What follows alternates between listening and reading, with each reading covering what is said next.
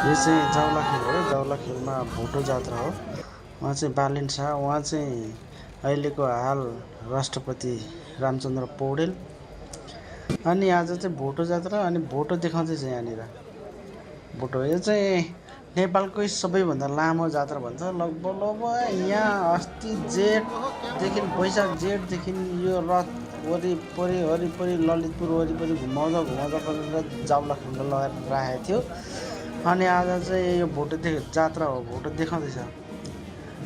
भोटो देखाउने बित्तिकै लुगाइहाल्दो रहेछ फेरि।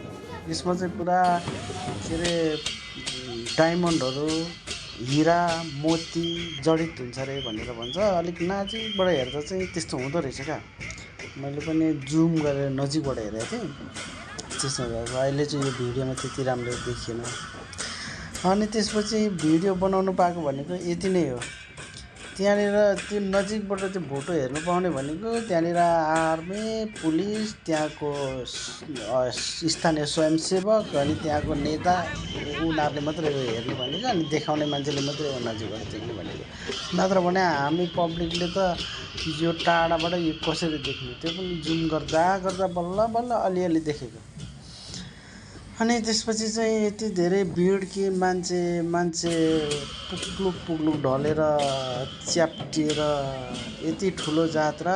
यो चाहिँ अब सबैले भन्छ यो चाहिँ नेपालको सबैभन्दा लामो जात्रा अरे क्या।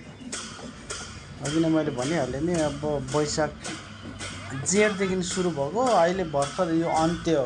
अब आज चाहिँ यो रथ लास्ट तानेर अनि त्यो कुपनडोल र यो लगनखेल के अरे कुपनडोल र यो जावलाखेलको यो बिचमा लगेर त्यहाँनिर सबै पुऱ्याएर भत्काएर अनि त्यहाँको सामानहरू राख्छ क्या आफ्नो ठाउँमा।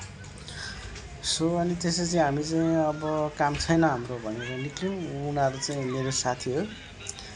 अनि त्यहाँबाट खुसी भयो। आज के अरे भोटो हेर्नु नपाए पनि भिड चाहिँ हेर्नु पाइयो भन्दै खुसी हुँदै जाँदैछ।